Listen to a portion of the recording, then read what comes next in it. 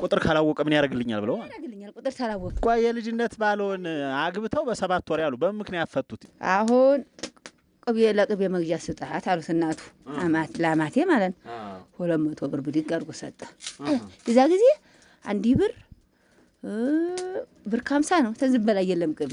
እሱ 200 ከፈለ፣ እሱ 200 ሰጠኝ። ደግነቱ ነው።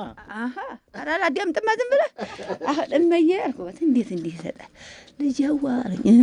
አልኩበት አንቱ ነው እዛ ጊዜ ይሄን ያህል ሰጡኝ። እንዴት ነው ስለወት ልጅዋ አለኝ።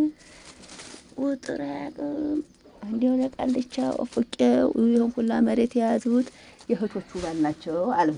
እማይ አልኳት እኔ እሱስ የግውቀት የለውም ቁጥር አያውቅም አልኩ። አሁን እኔ ተወልዲ እባካችሁ ተልባ ግዙልኝ ነው እባካችሁ አሻወልን። እነዚህ እኮ የእህቶቹ ባሎች አሁን እንትን የሚሉት ነው እየበሉ ነው። አሁን እኔ የዛ ጊዜ ይሄን ተቆጣጣራቸው ጠባይ ይመጣል። አራስ ቤት ሊረባኝ ምናልባት እንግዲህ ዘንቦ ተባርቆ ነው። የዛ ጊዜ ምን ነገር የለ ህጉ እንኳን እንዲህ አያምርም ወላሂ። አሁን አልኩና በ3 ቀን እኮ ብላላ ጅምር አልኩ።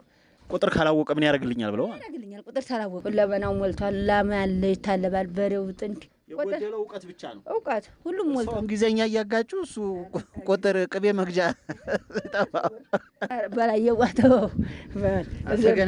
አልተገናኘንም ዝም እናቴቱም እንዲህ ነገርሽ እንዲያይሉኝ እማይዋ ብዬ በ3 ቀኔ ሰው ነገርሽ ብሎ እንዲያይቆጡብኝ በ3 ቀኔ ብድጋ።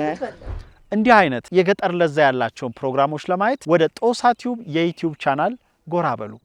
Please subscribe to Tosa Tube to get amazing content like this.